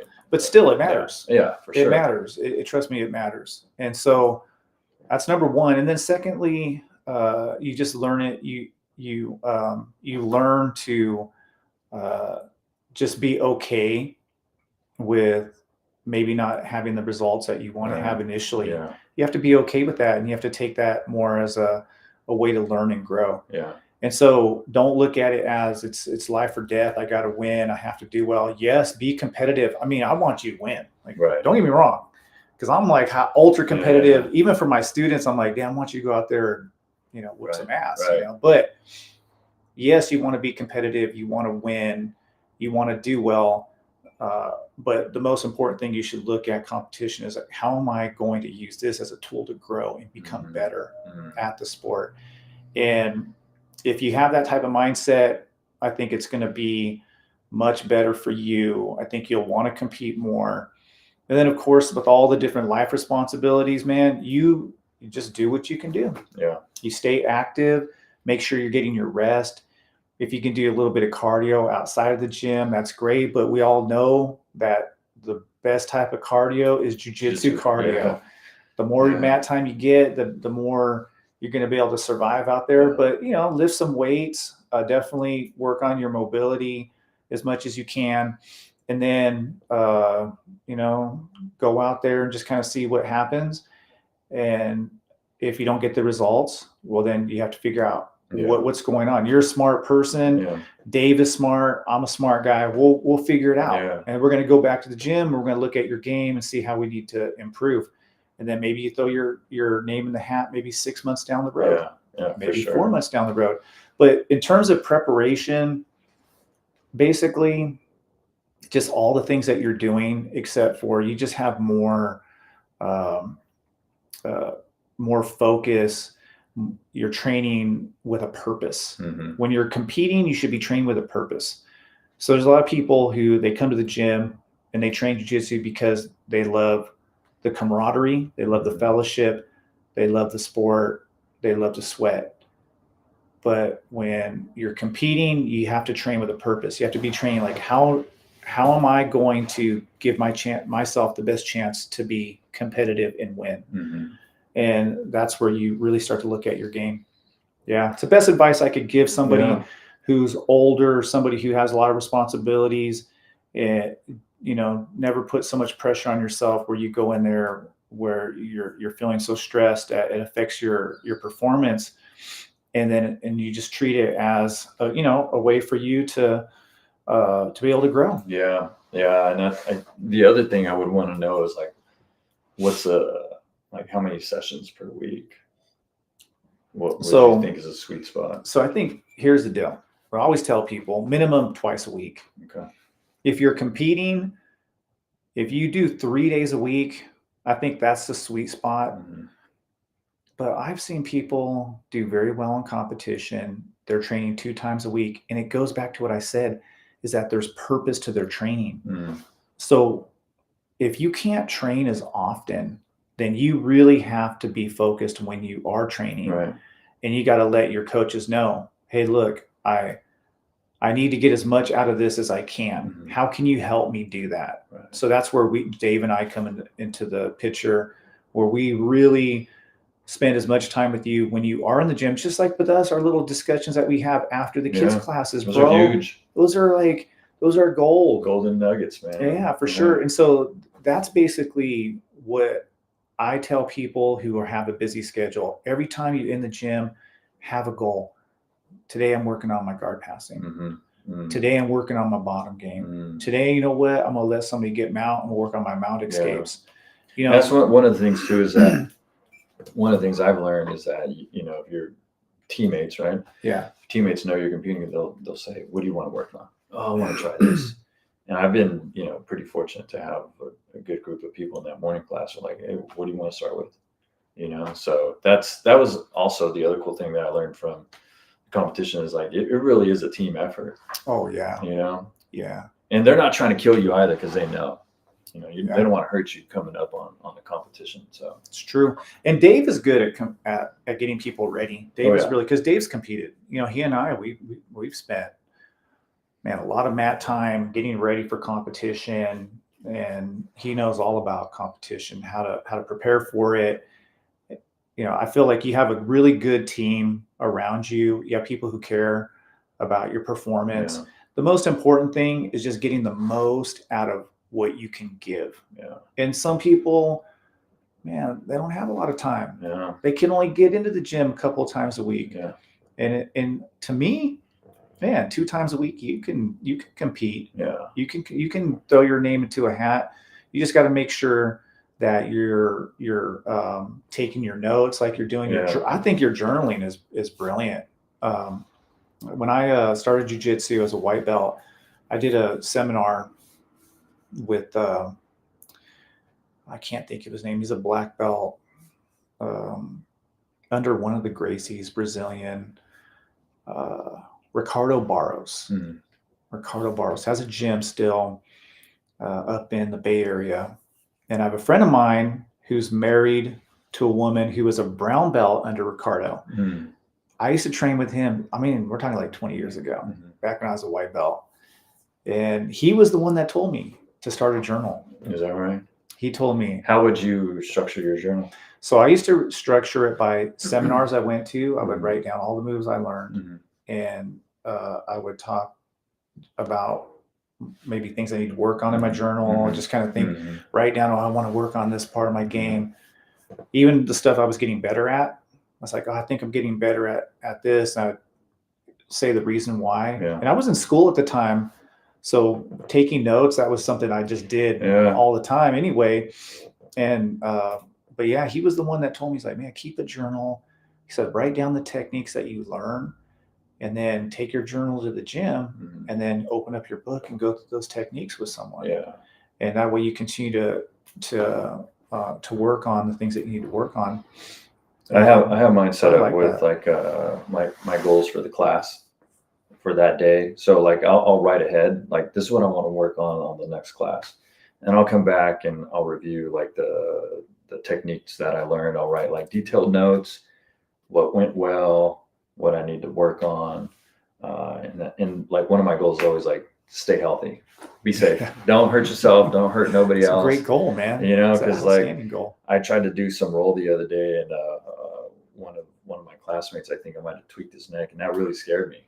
You know, and I was like, "Fuck, I don't want to hurt nobody." Yeah. You know, so it's just like, just be safe. Don't be crazy. Don't spazzy. do something stupid. Don't be a spazzy white belt. You know, and I'm learning. I'm getting there. You know, but you know, it's important to do those things. Oh yeah, without a doubt. Well, this has been a really great discussion. We're coming up on 2 hours, my man. Dang. I don't know, man. This has been outstanding. Yeah, I didn't even realize the time. I know. There's all time kinds flies of when you have fun. Exactly. Is there anything that you want to add to the show? I mean, just like something that you want to talk about? No, not really, man. I feel like we kind of hashed everything out. You know, jiu-jitsu's it's you know, there's been times where I'm like, man, I don't know if I'm cut out for this, but I've learned from those experiences too. And it's just like I said, just be safe. You know, I mean, you're not always going to get the sub, and that's okay. You know, what matters is just learning and getting to the next class and being healthy. And, you know, you've been a great friend, man. And I appreciate you. Man. Appreciate the gym. Everybody at the gym has been super cool. It's just a great place. I feel like I'm very fortunate to have found it. You know, my kids too, you know. Man, I appreciate that. I really, really do. And just so you know, you bring some good energy to our family, to our community. And I really hope that you continue to train. And obviously, I'm here to help you. Even those 5-minute conversations that we have, and the time that we spend just working on technique, I love doing that. And I just want to see you, all my students, achieve whatever goals that they have in jiu-jitsu. It doesn't matter what it is, by the way. I don't care if your goal is just to make some new friends, right? Have a good time and sweat. Like, to me, if that's your goal, man, my gym is for you. If your goal is to compete, man, we got all kinds of competitors. We got some guys that'll smash on you and make you some killers in there. Man. Make you question. Am I question things? Can I do this? Can I do this thing? You know, one thing I love about our gym too is that we have a bunch of really good people who are like so cool, like just the nicest people in the world, but they'll murder you. Oh yeah, if they want to, they can kill you. Yeah, you know? I mean, I think about just some of the cool people that we have, and I'm just like, man, people don't realize these people are killers. Oh yeah, these people are really, really good at this craft. But yeah, no, I really appreciate you taking the time to talk about your work, the work that you do. And I just want to say I appreciate you as well. Appreciate you, man. Man, thank you. And if you're down to come back and join the show again, I would love to have you back on. This is fun. We're going to get to our outro music. There we go. Here. But yeah, I'd like to have you back on the show and maybe talk to Samantha. We can talk a little bit about her life. You can ask her if she would like to be on. I'll ask her for sure. And next time I see her, I'll see if she wants to join the 7th Generation podcast. But yeah, to everybody out there who's listening to this, I appreciate you. My Instagram, if you want to follow us, is 7th Gen Podcast. And you can always reach out to me there. Ernesto, do you do social media? Yeah, it's another crazy EC_VEV. And you're a realtor, so we didn't get into that. Yeah, that's probably a conversation for another day. Yeah, it's a conversation for another day. Well. So next time we come back on the show, we'll talk about your hustles, man. Maybe we can have a whole a whole podcast just dedicated to that. Yeah, and just I pick your brain about business stuff, and I'd like to learn a little bit more about like your business acumen, and you know, because I'm always trying to pull resources, man. You know? Well, maybe we come back, we could do something more on business, and we could talk about just like coming up and some of the mistakes we've made and some of the good things that we've done. I'd love to do that.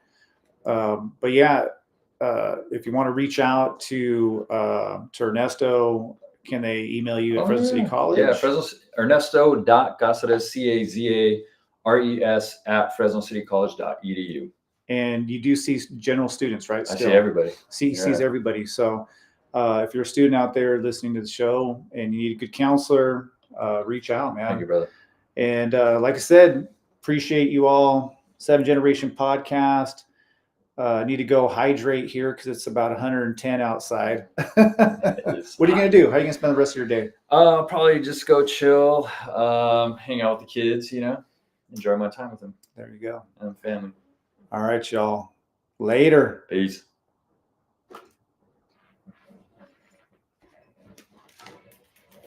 Man. That was dope. That was fun, man. That was cool. So we went, so this is going to be up on.